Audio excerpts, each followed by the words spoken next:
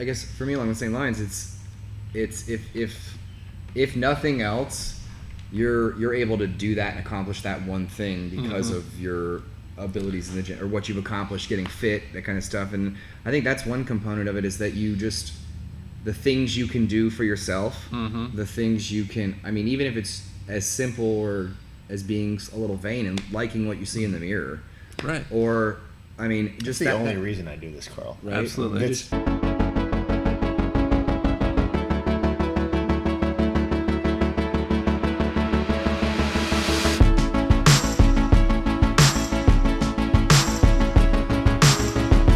Good morning, everyone. This is Jarrett Baston with Mark McCain, and you are listening to Triumph Every Day, where we discuss the journeys that shape the lives of our guests and how it brought them to where they are today.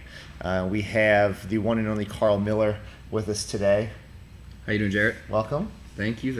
How are you today? I'm good. On my lunch from work, so taking a nice break with you two lovely gentlemen. Yeah. We were talking a little bit beforehand. You actually live in Ohio, right? Yep, across the river. Yeah.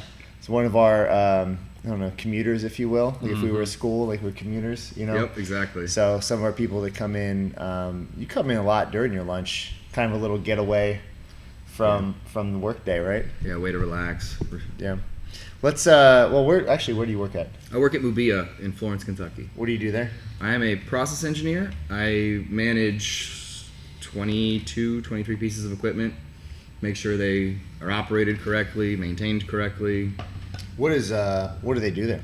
We make transmission parts in my business unit. Mostly, we make springs in Florence.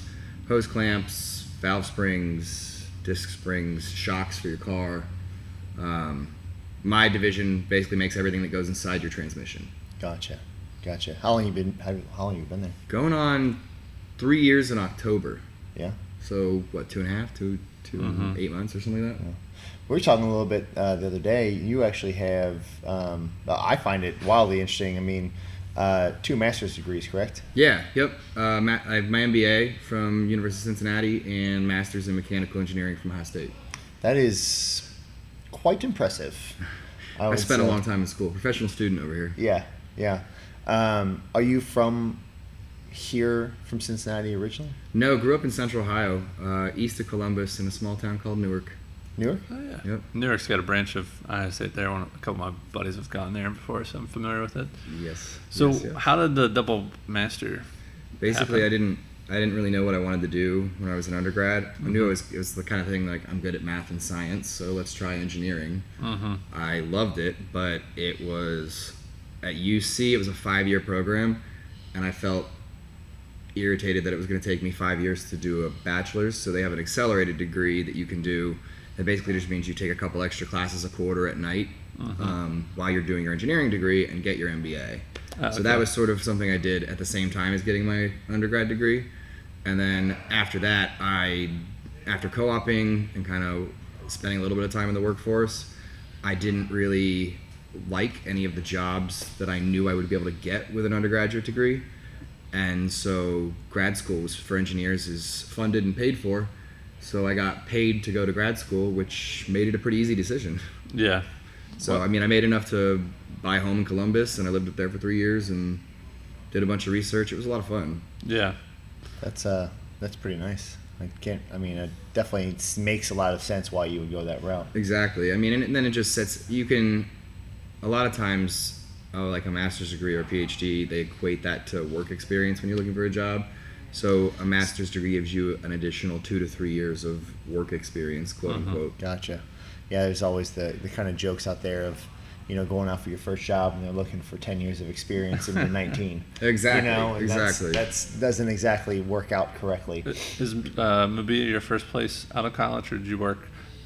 So I did my obviously own. You did the co-ops at UC and different Yeah. things like that, but as far as your career? So before I started Mubia, after grad school, I spent 8 months doing my own thing. I ran a consulting business where I did a lot of technical consulting, like material design type stuff. I worked for some orthodontists. I worked for some cabinet makers, some contractors who one of the projects was the gentleman wanted to make a podium that was oval shaped, but didn't know how to make his cut sheet. So I made his cut sheet for him, drew it on a flat stock and told him how he needed to bend the wood and all this stuff to make it single piece. And but it's little projects like that, sort of technical expertise for small businesses.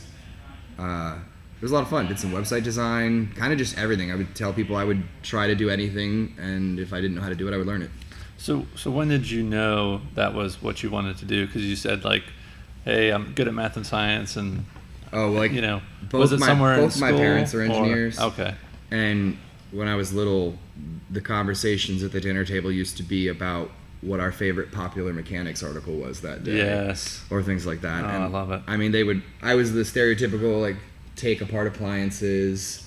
Parents would come home and find the microwave disassembled on the floor. And so you've always had a knack for it. yeah, just taking things apart. So was it more just like finding, like, I don't know, is it mechanical? Is it electrical? It's more just, curiosity. Like, how's that work?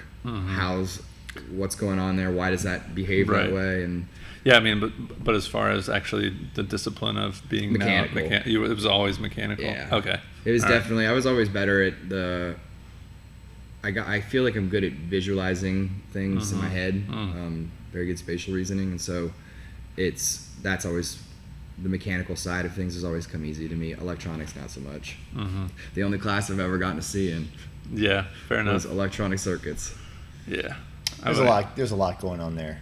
Yeah. And when we start talking about those guys are on a whole different level. The people who take apart and hack old computers and I've just some of the nerdy things I've watched on YouTube, or they'll take the original PlayStation and modify the original play. It's like how do you even get a hold of one of those at this point? Exactly. I mean, I guess there were millions and millions of them sold. But eBay. Yeah, pretty much.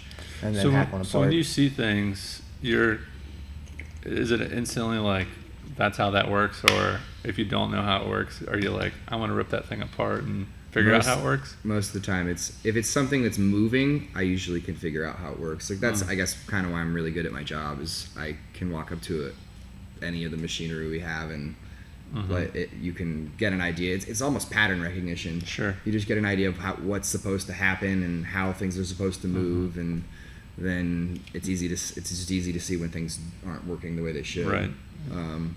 Now something like you're working backwards at that point. Yeah, it's sort of like backing out in your head. Yeah. Like, you're okay, probably this really is good it, at the board game. I don't know if it's a board game. It's the sequence. It's like I feel like you're just like boom. Yeah, nailed it. Those and I like the planning games like Scrabble or Risk. I gotcha. Those ones, those are a lot of fun. But yeah, I mean, I also like reading. I read a lot. What are you reading these days? Right now, I'm reading a book called The Drunken Botanist, which is a book all about how plants are used to make different types of alcohols. Very interesting. So it talks about like the actual plant or the grain or the natural component that goes into making beer, vodka, tequila. We were just when we talked to guys over at Andy and Brad. Yeah, that's right. Yeah, pretty sure. Over at I hope I said that right. I know it's Andy. It's Brad. Brad's the other guy. Over at Alexander Brewing, the brewmaster started brewing when he was in Iraq, stationed in Iraq, and got a hold of basically some fruit and some yeast, and that's how he started his brewing career in the 90s. That's really cool. Bring that full circle, as far as that's concerned.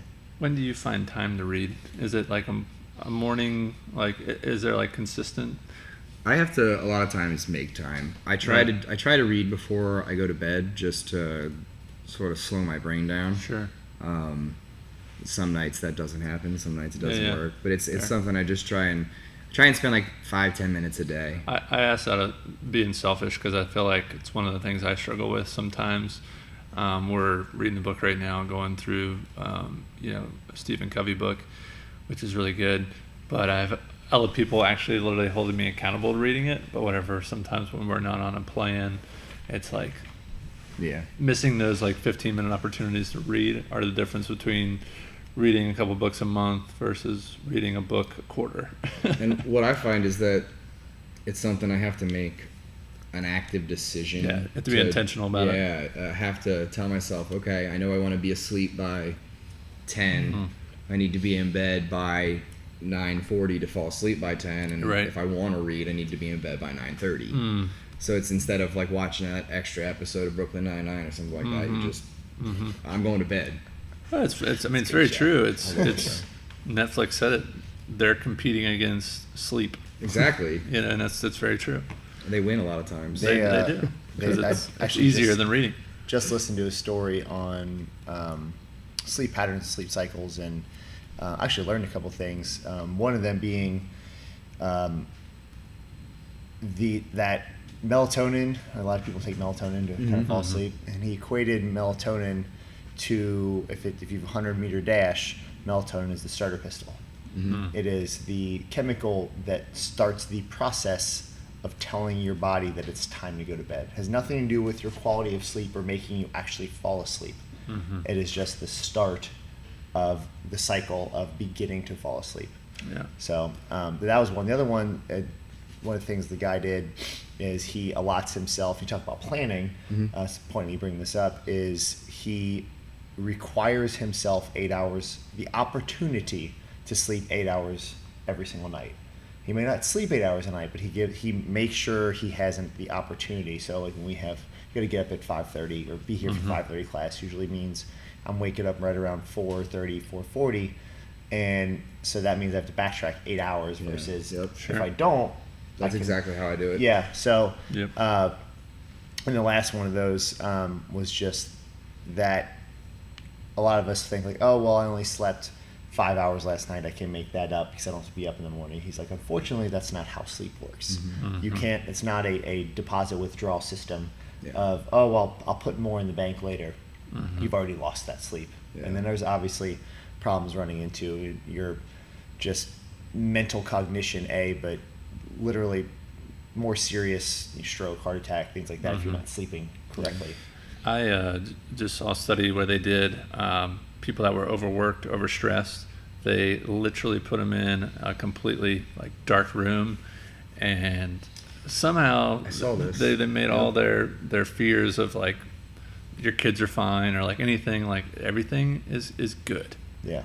And they would sleep for 14 hours or something like that. It was like an 12 to 14 hours to kind of, again, you can't get caught back up, but it was like complete darkness, It's go to probably sleep. sensory deprivation. Yes. I saw another study that was like that, and they talked about keeping people in like dark rooms for, it was like 36 and 48 hours. Beyond that, it's, I guess, cruel. But the part of the study was looking at how these people's sleep patterns changed, and eventually people started sleeping, like they would be awake and fall asleep just because they're in a dark room, but then they would wake up every 4.5 to 5 hours and be awake for 2 hours and then fall asleep again. Wow. So they started looking at how, like, kind of got me thinking about what your natural sleep cycle is. Sure. I've always looked at 90-minute intervals, and that seems to work pretty good for me. So if I'll feel better waking up after 4.5 than I will after 5.5 hours of sleep. Yeah, there's been a number of different patterns written, and they talked about basically the most efficient for your body is almost impossible to do during the day, because one of those things where you like sleep for a half hour and then you're up for 2. Yeah. Like it's almost like that would be the most efficient way to keep your body going, but it's obviously no one's taking a half-hour break, falling asleep for a half hour, waking up, and then getting on with their day for 2 hours. It's kind of. I wish I could nap like that. That That would be super efficient. I know there are different studies out there that talk about those sleep cycles like that. I know Aubrey Marcus from On It is real big on taking naps, and just got through his book, and it's all about owning the day, kind of owning your life, and just talks about that like sleep cycle, kind of waking up, getting sunlight, so you can get that kind of natural circadian kind of rhythm thing going. But it really is important. I will say this, I'm doing that. Been running a mile every day for the month of July or whatever, and there's not one day where I'm like, wow, I'm really looking forward to this. And at the same time, it's not like a huge deal. It's just about 8 to 9 minutes of activity, and then I'm done. It doesn't have to be a long warm up, but I can tell a substantial difference on the days that like I'm well rested and the days that I'm like, I really did not sleep very good last night. And it really just goes back to how am I sleeping, how am I eating, like with how am I performing. I'm not shooting for like, hey, by the end of this month I want to have this time. It's just mostly I want to prove to myself like, can I do it? And like just Can making you the do something time. for 30 days? Can I do it? Yeah. And then some nights it's been like, oh shit, it's 9 o'clock and I haven't done it yet. I need to go out and run. And last night was honestly one of those nights. Me and Jarrett laid the floor all day yesterday, mostly Jarrett, And then I had to come here and work, and then it's like, go back home, do more stuff. Yep, do and my burpees at home. I literally sat down, and I'm like, it was just a whirlwind of a day. Yeah, and again, it wasn't, it was one of those things where my nutrition wasn't on, I wasn't well rested, and I'm, I don't know, quarter of the way into this run, and I'm like feeling all that effects. Mm-hmm. So it's just one of those things, like it really goes back to how are you sleeping, how are you eating, before we really have the conversation, which we'll obviously get to, of fitness. Yeah, to Mark's point, that being there all day yesterday and coming home, and while Mark's running a mile, I'm doing 100 burpees every day for the month. Yours is worse. And, I win. And well, I mean, he wins. And though, doing the them, worst. doing them on my living Getting room off floor with my back, lit up from bending over all day, and it was just one of those things where it's like we did the last programming preview, and I kind of raced against the clock as Mark did it, and I was just 5 seconds shy of almost PR in my 100 burpees for time.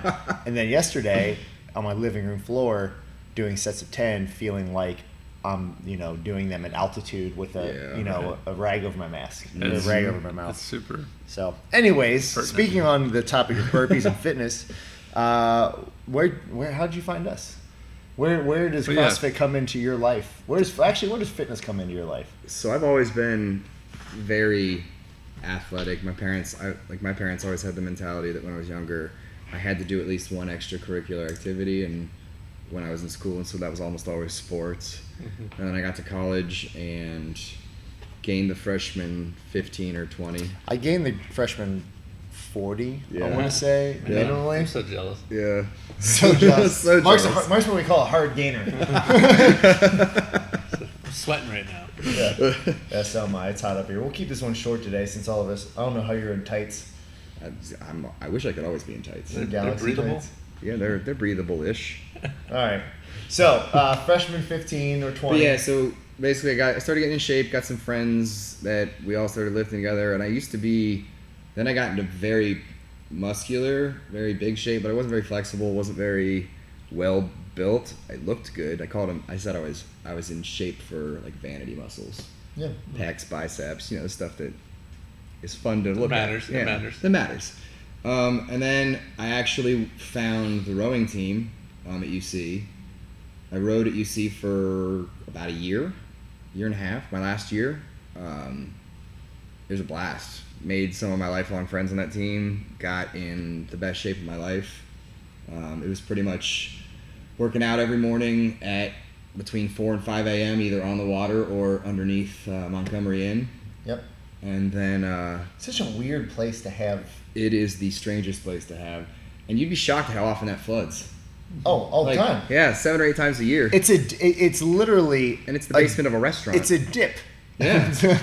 I mean, it's like a valley that they put this basement in, and it's below Montgomery Inn Boathouse. Yep. And Which isn't even a boathouse. No. They've got a killer, they've got a tank in there so you can row with a team inside this tank, and it's this little circular almost bathtub that it's like a little mini lazy river, and you just row in circles there.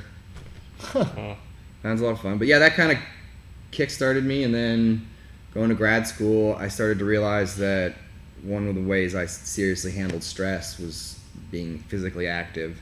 So I would just kind of work out on my own, and then fell out of it, moved back to Cincinnati, was doing, I call them fun runs. So I would do a sprint triathlon, or there's a run I did in Columbus that was called the beer and burrito run. You ran a mile to a bar, you had to chug a beer and eat a Chipotle burrito, and then run a mile back. Did they put run in quotes? Everyone ran.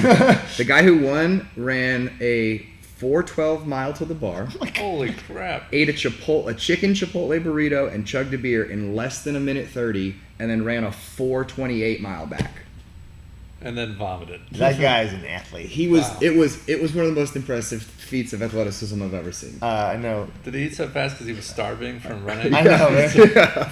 I burned all the calories on the way over there. Exactly. Yep. There's a radio station here, 96 Rock. You're not from here, but you've been here a long time. 96 Rock. They had years ago, it's probably 7 or 8 years ago, they had in the Cincinnati Gardens parking lot before they tore it down, they had the 0.5K. Yes. Yep, I remember that. It's like 600 feet or something like that. It's a 0.5K. It was awesome. They set up a whole race, everything, the party and all that stuff, and they literally just like ran across the parking lot. Yeah, That was it. Awesome. like do you? And it's like they have your little medals. Yeah, and then celebrate and party. Pretty awesome. Yes.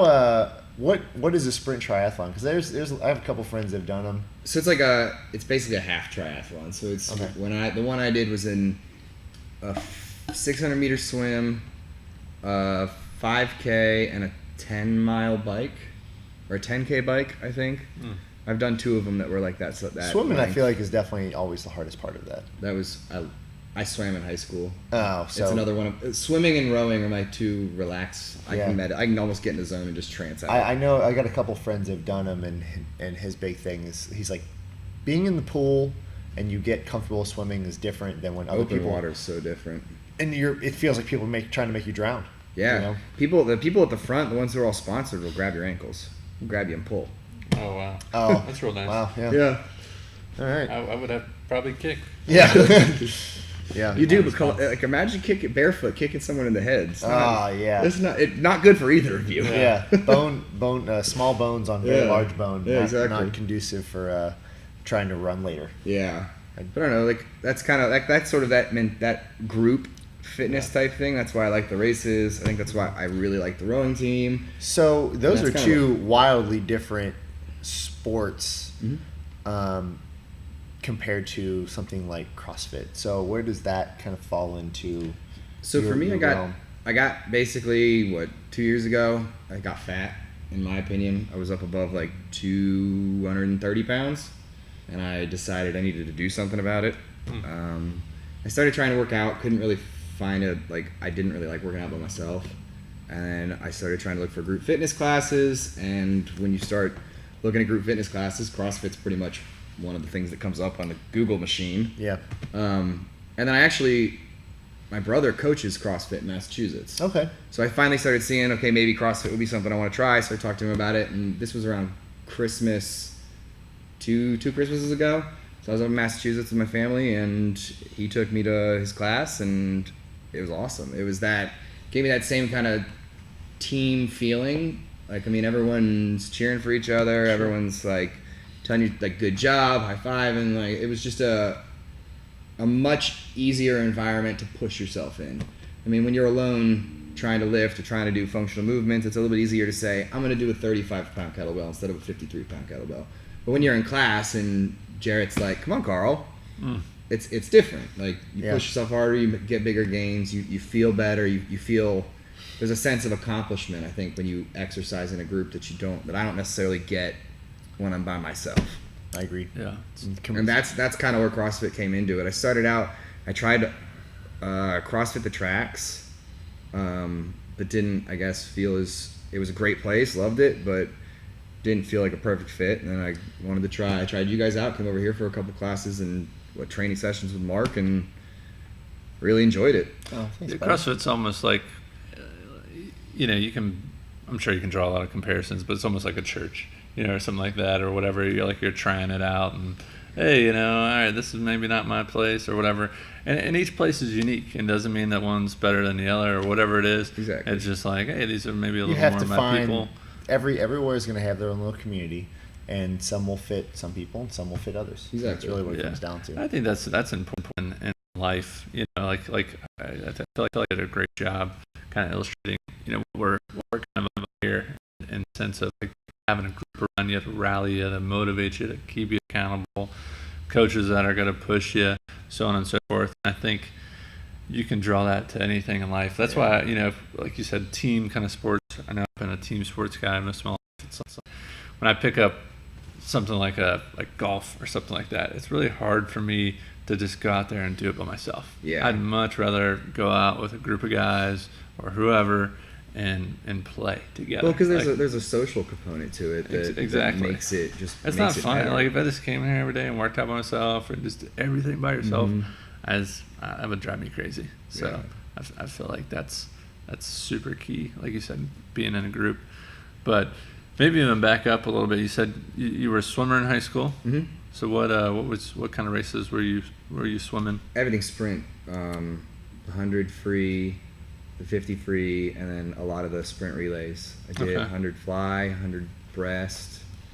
My fastest was the freestyle though. I went to state for my 50 free. That's awesome. Yeah. Very cool. What high school did you get to in Columbus? Newark Catholic. Newark Catholic. Tiny little school. Yeah. I think we had, when I graduated with 62 people. Oh wow, yeah. So it was a super small tiny school. Yeah. So, what was your training like in high school whenever you were swimming? Did you guys have like a strength and conditioning program? We would do basically, our coach was of the mindset that I just want you guys to swim and swim and swim and swim. Okay. So we would go in and do 3 to 4 miles a day in the pool. Like it would be like a sprint workout or a ladder or something like that. And it was just a matter, he always felt like technique comes from conditioning, and conditioning means putting in laps. Right. So there would be maybe 15 minutes of technical stuff where we talk about like diving or the technique for the stroke we're working on. And then swimming it was a winter sport. So whenever you're swimming, I mean, you can't really, if you're 40 laps in, you're not able to really hear or think at that point. So our coach would throw snowballs at us to get our attention. So we'd just be doing laps down the pool, and you'd get hit with a snowball and know you had to sit up and be like, what? What? That's it? Gross. That's That's a level of that's hilarious. just getting into a cold pool every day. There's a reason you see them splash the water on themselves on the Olympics. They splash the water on themselves. Yeah. It starts to evaporate, and then getting in the water feels cold, warmer than the air. Yeah. There you Yeah, go. no thanks. Not a strong swimmer though. One of my, I remember watching the first year they had swimming in the CrossFit Games, and the first heat dives in, she's like, "Oh, I guess muscle doesn't float." These guys are just looking like they're barely dog paddling across the water. It's all about it's shocking how much technique goes into swimming, but I mean that's what a lot of what I focused on when I started to get faster on like the sprints was like how your hand enters the water, how far apart your fingers are, like the angle you keep your feet at, your like your ankles and stuff. Oh, there's definitely, and there's think of all the stuff that we try and promote here. I mean, it's like being efficient in a workout is. Oh, exactly. It's a skill.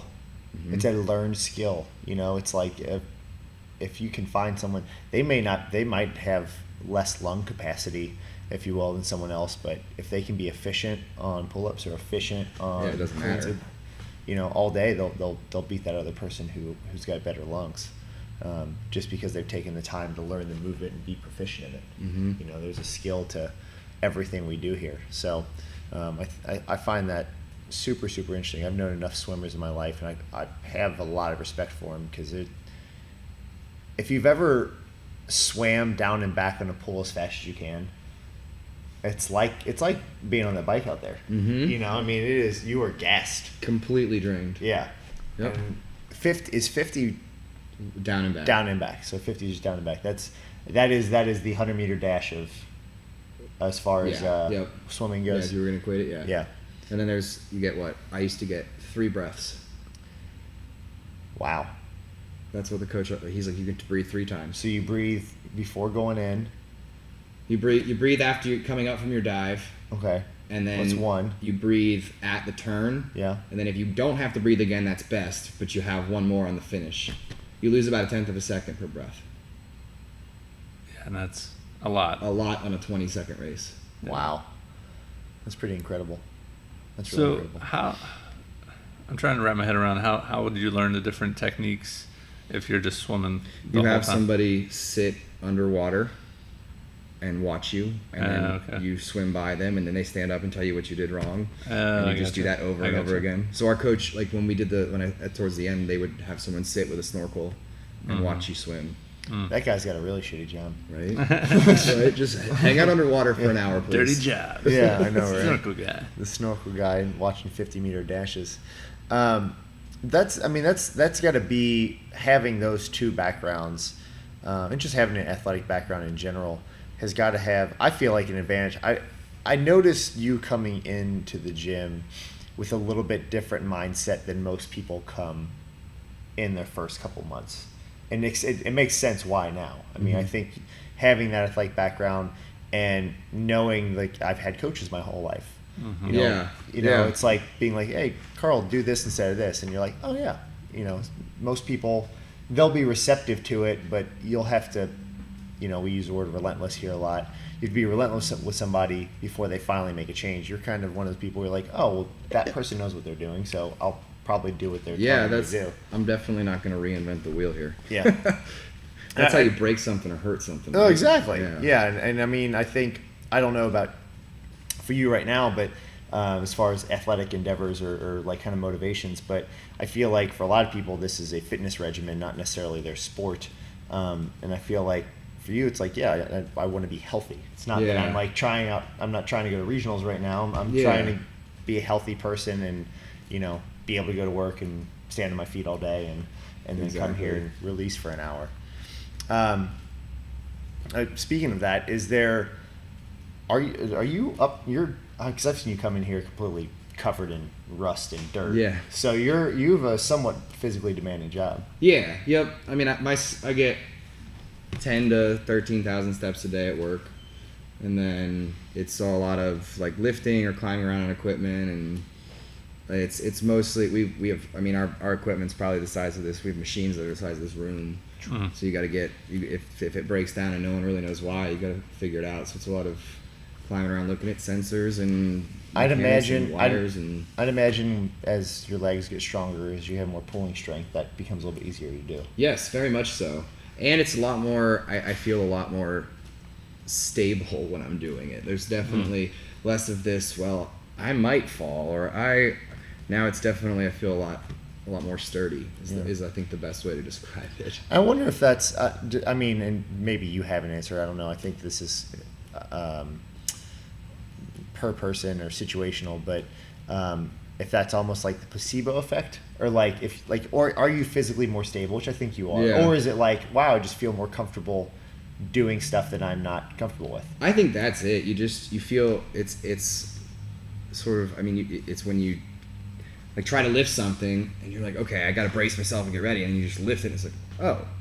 Got it. Like, and that's kind of what I've noticed. I guess for me at work is I have to almost tell myself, no, don't try and lift that. Like, stop. Yes. Don't do that. Yeah. But I think there's definitely a little bit of that placebo effect, and I think it's just because maybe it's just a confidence thing. Once you've deadlifted 225, Absolutely, you feel much better about attempting 240, 250. A central nervous adaptation. Yeah. I think it's probably used more in the powerlifting world, and I can't remember who said it, because I know really nothing about powerlifting, but I'm not going to pretend I do.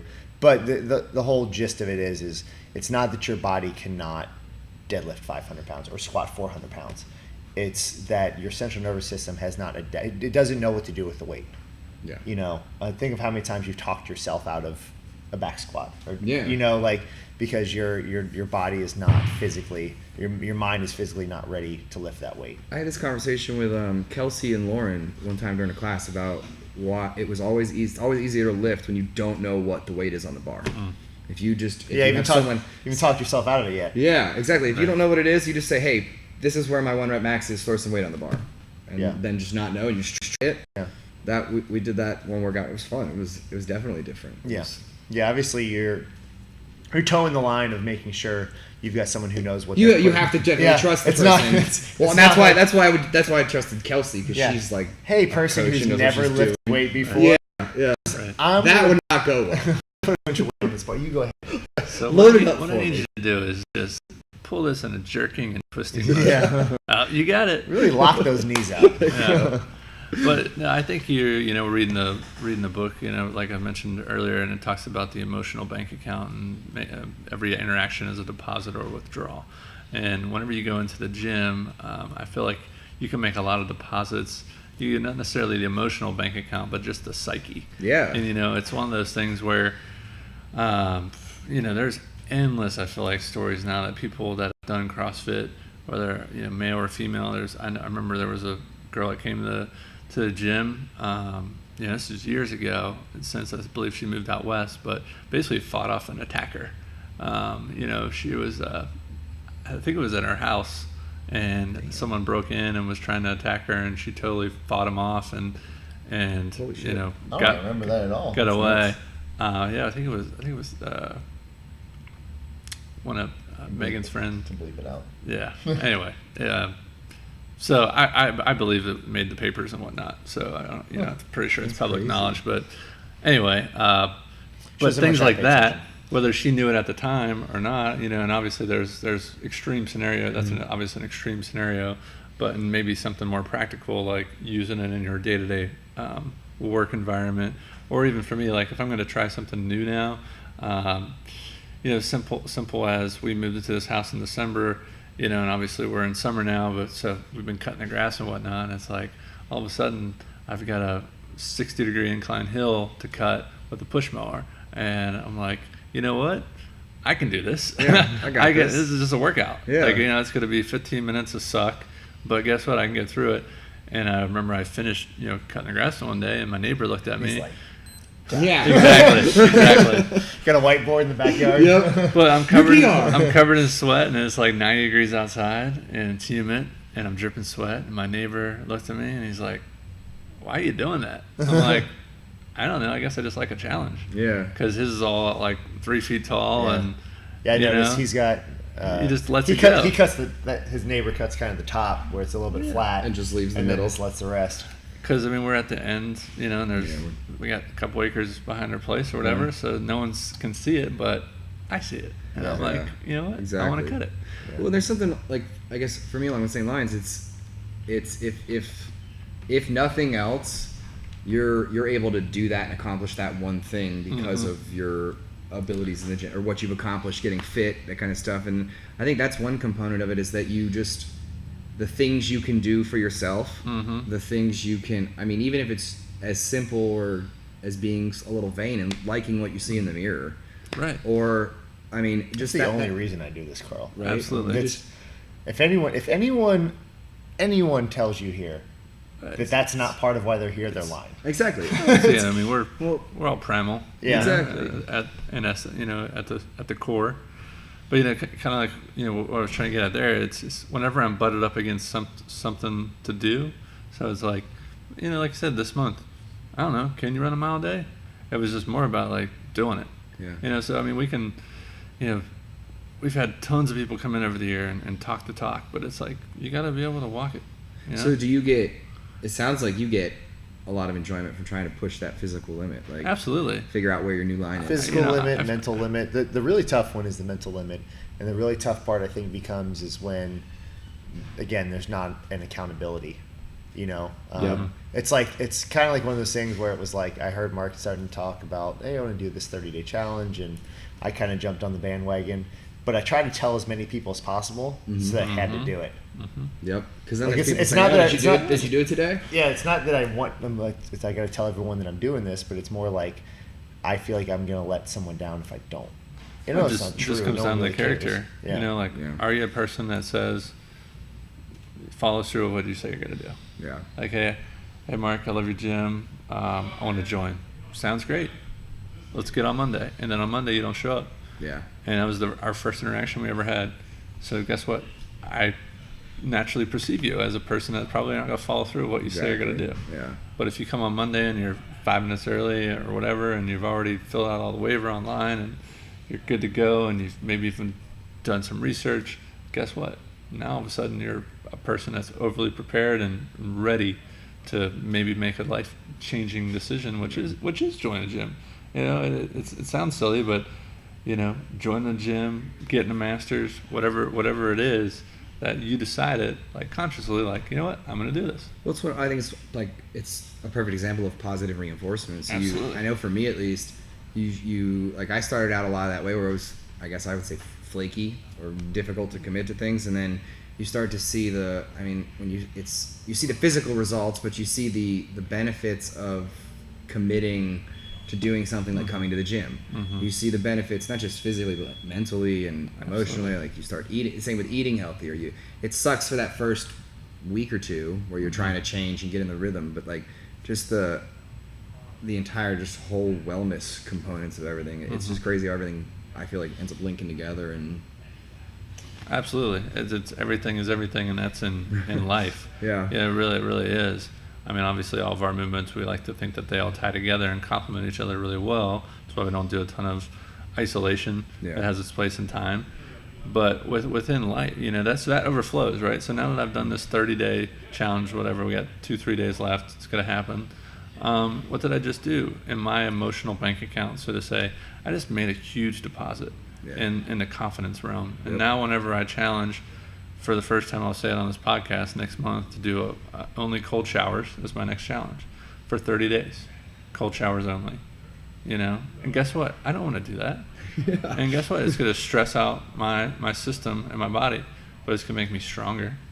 And you know what? I'll be better for it. Yeah. And, people can debate the research right now currently on cold showers, but there's without a doubt they are a stress on your body. Well, and guess put what? it this way, it's something you don't want to do, and making yourself do stuff that you don't want to do. Exactly. Yeah. I mean, that's whether it's going to have this long-term health benefit is kind of beside the point. It's more that, like, I'm going to do something that is going to be uncomfortable and I don't want to do. And holding myself accountable. And it's funny, like, you get past first day 5 or 6 and you're like, it's so stupid, and flash forward and it's day 25, like, I can do 5 days of this, right? It's no big deal. That's a great point, because the way I look at it is it's 8 or 9 minutes, Mark. Like, you can do it. It's 8 or 9 minutes. So if you can boil that down to just what's the worst thing that's going to happen? Like, all right, I'm going to go, we're going to go hiking or whatever this weekend. It's like, all right, we're going to look at this hill and be like, hey, what's the worst thing that can happen? We're either going to make it or we're not. But sometimes maybe even you can talk about how that transfers over into your job, because I know some days can obviously be more stressful, or, and whenever that machine breaks down and maybe you don't have a quick, synopsis of oh, this is exactly what's going on. Is it more of just all right, I'm going to take a deep breath, and then what? Well, to further on that question is really, we've talked about this with a lot of people on the podcast before, and it's how it's problem solving. Sure. And I feel like being faced with daunting, terrible looking workouts and getting through them makes problem solving with other situations easier. I don't know if you found that personally, but I have personally definitely found that a lot of these other smaller tasks are exactly that. They're smaller, even though they might look big to someone who's not adept to, getting through these long, grueling workouts. But I do feel like there's some sort of mental correlation between the two. I think it's just, I think it's a lot of just understanding your limits, knowing that I mean, like, having gone to grad school, knowing, I've learned some pretty high level stuff, I've enjoyed it, and so that's what makes me feel like I can say I can learn just about anything if I'm given the right amount of time. It's the same kind of thing.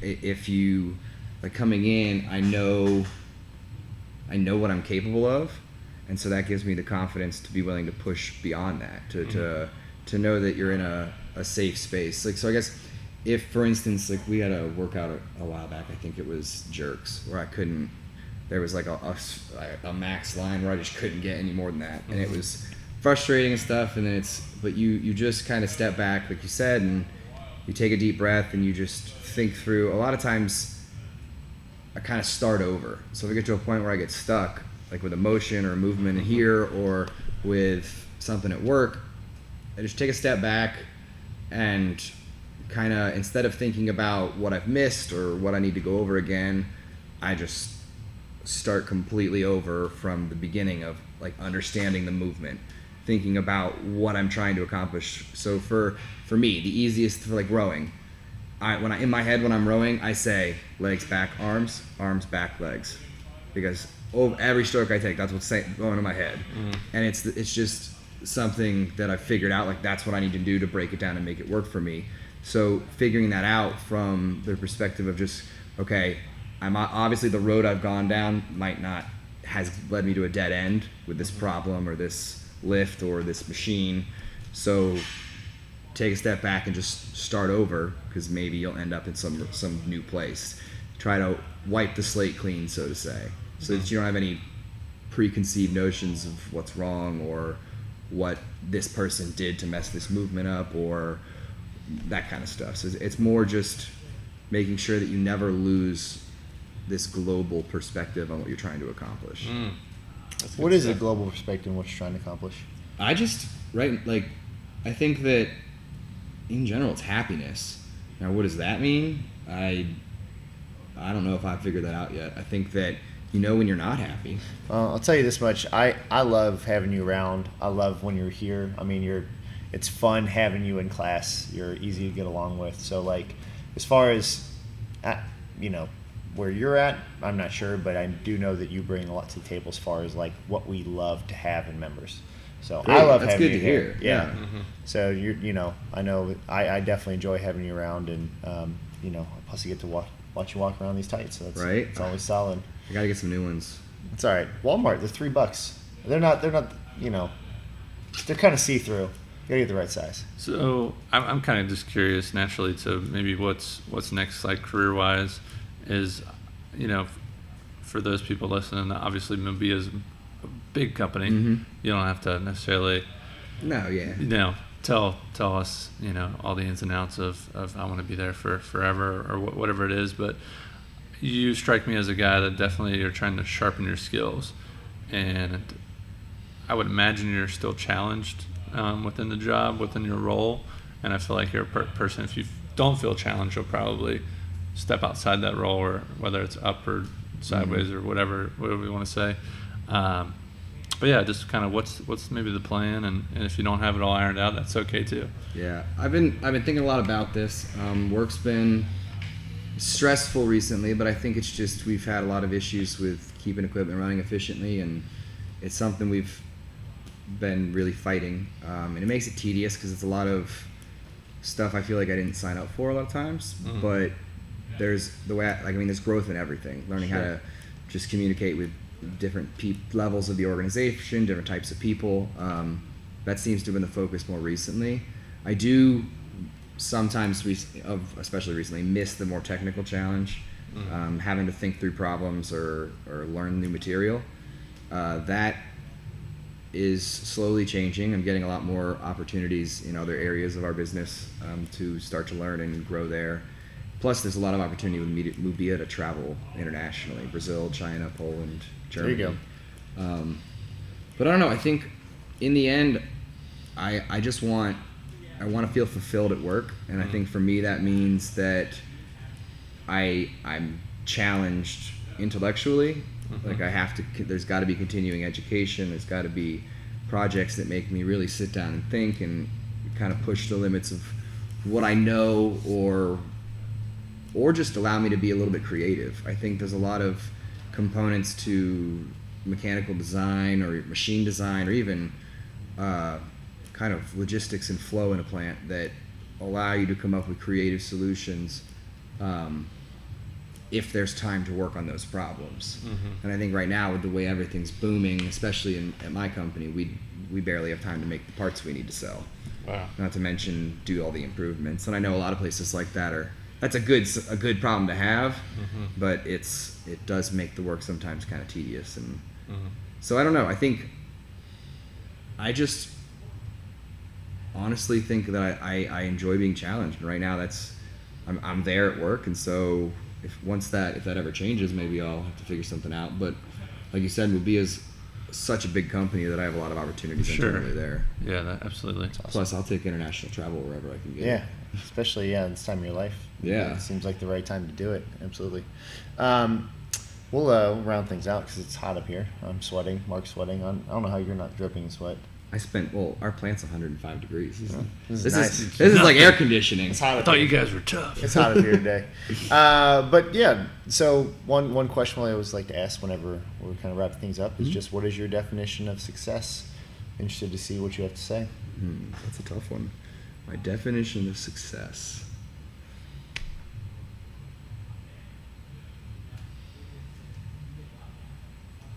I'm going to have to say my definition of success would be being able to end your day without regretting anything that happened. So no regrets. No regrets. I love it. I got that on my stomach. Yeah, very simple. I got that tattooed somewhere on me. I won't tell you where. But no, in all seriousness, that's one of the shortest but very concise and very true answers that we've gotten. We've gotten some. They're all been great. Some been long-winded, but literally like just ending your day where like, wow, that was I've put in everything I could for exactly. Like if you can go to bed and want to repeat today tomorrow, like I'd say you had a pretty good day. Yeah, I love it, man. Well, thank you. Really appreciate you coming on today and taking time out of your work day to come on in. Yeah, glad it could be here. It's fun. Thanks. And thank you all for listening to Triumph Every Day. Make sure you subscribe on YouTube, iTunes, and everywhere your favorite podcasts are found. You can find us at triumphstrength.net, on Instagram at triumphstrength, and Facebook at facebook.com/triumphstrength. See you guys next week. Thanks. See you guys.